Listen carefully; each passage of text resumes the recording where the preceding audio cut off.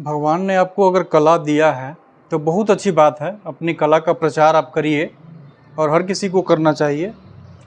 लेकिन जब इतना आपको पब्लिक का प्यार अगर मिल रहा है ना, तो जब आप पब्लिक में जाके, मीडिया में जाके अगर कुछ बोल रहे हैं तो शब्दों का चयन जो है वो ढंग से करिए, ठीक है।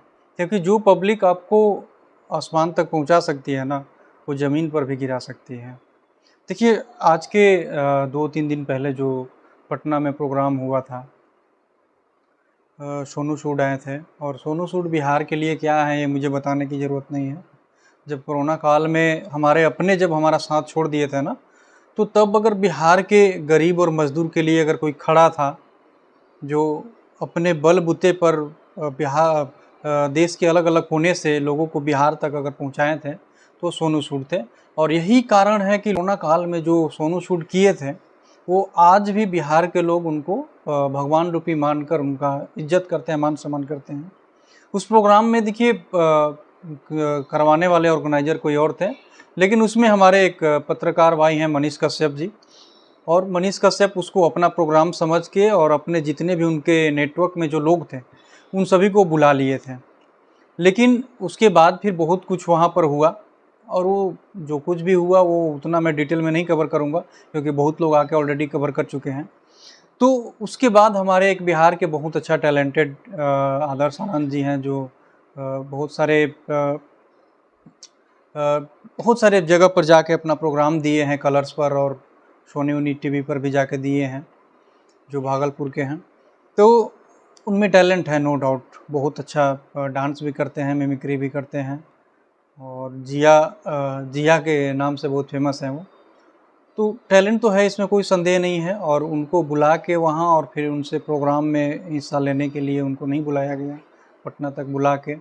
तो उसके लिए देखिए, जो भी हुआ है उनके साथ, वो कह रहे हैं कि हमारे साथ गलत हुआ है। तो हम लोगों ने पोस्ट भी किया था, मैं भी पोस्ट किया था अपने चैनल से, कि आपके साथ गलत हुआ है, आदर्श आनंद के साथ गलत हुआ है, ऐसा नहीं होना चाहिए। और आपने एक चीज़ अच्छा किया कि आप मीडिया में आके अपनी बात को रखें, बहुत अच्छा किया। क्योंकि आगे से इस तरह का गलती जो है कोई और नहीं दोहराएगा। अगर आप जैसे बाकी के लोग अपना बात नहीं रखें, ठीक है, तो आप भी अगर वैसे दबा देते तो ये गलती जो है ये बार बार किसी और दूसरे के साथ भी होता है। तो आपने एक चीज़ अच्छा किया कि आप मीडिया में आके बात को रखें, ठीक है। यहाँ तक हम लोगों ने आपको सपोर्ट किया था, लेकिन आप एक टैलेंटेड कलाकार हैं। और देखिए, जब आप पब्लिक प्लेस में आके अगर अपनी बात को रख रहे हैं ना, तो आपके जो शब्दों की चयन कर रहे हैं उस पर थोड़ा सा ध्यान रखना चाहिए, ठीक है। आपने मीडिया के सामने आके जो बोला कि मैं 2 मिनट में पत्रकार बन जाऊंगा, लेकिन आप आजीवन कलाकार नहीं बनिएगा, तो ये जो शब्द आपने बोला है ना, आपको पर्सनली अगर मनीष कश्यप से अगर दिक्कत था, तो आप ये बात बोल सकते थे कि मनीष कश्यप जैसा पत्रकार मैं 2 मिनट में बन जाऊंगा, ठीक है। लेकिन आपने शब्दों का जो चयन किया कि मैं 2 मिनट में पत्रकार बन जाऊंगा, लेकिन आप आजीवन कलाकार नहीं बनिएगा, तो ये आप नहीं बोल रहे हैं, ये आपका जो घमंड है ना, जो आपके सर पर चढ़ा हुआ है, वो बोल रहा है। देखिए, इंसान के लिए इशारा काफ़ी होता है। तो जो मैं आपको बताना चाह रहा हूँ वो, आदर्श भाई, शायद ये मैसेज आप तक पहुँच जाएगा कि आगे से ध्यान रखिएगा, ठीक है।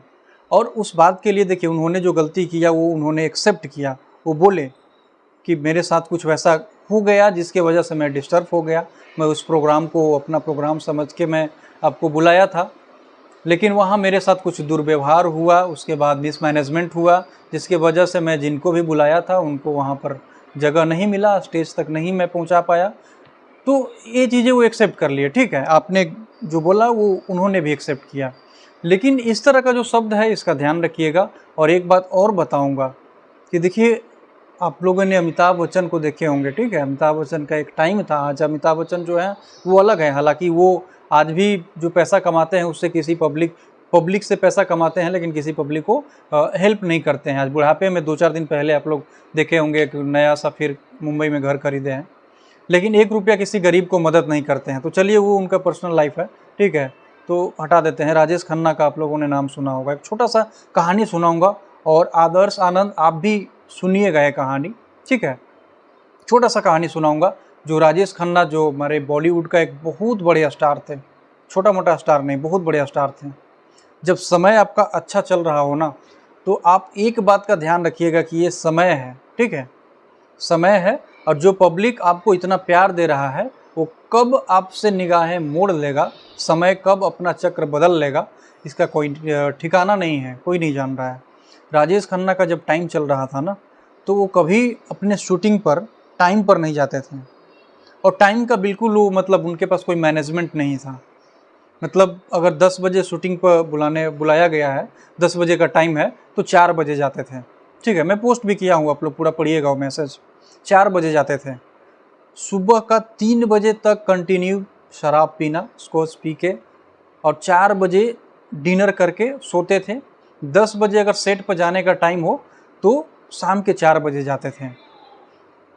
इसी तरह का जीवन चल रहा था, क्योंकि समय उनके साथ था और बहुत बड़े स्टार थे। इतना बड़ा स्टार थे कि मतलब प्रोड्यूसर और डायरेक्टर उनसे कुछ बोल नहीं पाते थे। लेकिन एक बार बहुत अच्छे प्रोड्यूसर से उनको एक बार भेंट हो गया, डायरेक्टर से भेंट हो गया। सेट पर एक बार 10 बजे का टाइम दिया हुआ था और 4 बजे पहुँचे, तो उनसे सवाल पूछ दिए कि आप घड़ी नहीं देखते हैं क्या, टाइम नहीं देखते हैं क्या? 10 बजे का टाइम था, आप 4 बजे आ रहे हैं। तो इस पर पता है राजेश खन्ना साहब क्या जवाब दिए? बोले, मैं टाइम नहीं देखता हूँ, मैं घड़ी नहीं देखता हूँ, घड़ी मुझे देखता है, यानी टाइम मुझे फॉलो करता है, देखता है, मैं घड़ी नहीं देखता हूँ। उस समय राजेश खन्ना 5 लाख का घड़ी पहनते थे और 3 लाख का चश्मा। और जबकि बातें मैं कर रहा हूँ ना, उस समय 5 लाख और 3 लाख बड़े बड़े स्टार का फी नहीं हुआ करता था, तब की बातें कर रहा हूँ। तब वो इतना महंगा चीज़ खरीदते थे। पैसा का और समय का राजेश खन्ना कभी इज्जत नहीं किए। लेकिन इसका परिणाम क्या मिला ये मुझे बताने की ज़रूरत नहीं है। आप लोग राजेश खन्ना का जीवनी एक बार पढ़िएगा तो समझ में आ जाएगा। एक ऐसा टाइम आया जो उनकी पहली वाइफ तो छोड़ के चली जा चुकी थी, दूसरी वाइफ जो उनकी डिम्पल कबाड़िया थी, दूसरी वाइफ के साथ भी उनका मतलब इस तरह का जो व्यवहार था, 3 बजे तक दारू पीना, 4 बजे डिनर करना, तो ये जो आदत था, इसके वजह से उनकी दूसरी वाइफ भी उनसे अलग हो चुकी थी, बच्चे अलग हो चुके थे। लास्ट का जो जब समय जब बदला ना, जब चक्र बदला और जब स्टारडम ख़त्म हुआ, इसी मिसबिहेवियर के वजह से, समय और पैसा का इज्जत न करने की वजह से जो उनका समय बदला, तो उसके बाद लास्ट का जो समय था, लास्ट जो अपने जीवन का बिताए थे राजेश खन्ना, वो आप लोग देखिएगा कि किस हालत में बिताए थे। बुढ़ापे में कोई सहारा नहीं था, अपने सारे छोड़ के साइड हो चुके थे। और किस प्रकार का जो जीवन लास्ट में उन्होंने, लास्ट का जो 10 साल 15 साल 20 साल का जो जीवन था ना, वो पढ़िएगा कि किस तरह से उन्होंने बिताया था। तो ये समय है, अगर समय आपके साथ है तो आप, अगर पब्लिक आपको प्यार दे रही है तो उस समय का और पैसा का इज्जत करिए। और लास्ट में मैं बोलूँगा आदर्श आनंद भाई आपको कि आप जिस तरह का शब्द बोले हैं ना, आपको मीडिया में आके माफ़ी मांगना चाहिए, क्योंकि आपने पूरे मीडिया कर्मी का, पूरे पत्रकार जाति का आपने अपमान किया है। ठीक है, आप में कला है, आप कर सकते हैं वो काम, लेकिन आपने जो शब्द बोला है वो आपके शब्द नहीं है, वो आपके अहंकार का शब्द है। ठीक है, तो राजेश खन्ना साहब का जब अहंकार टूट सकता है तो आप उनसे बड़ा कलाकार नहीं है और बड़ा स्टार नहीं है।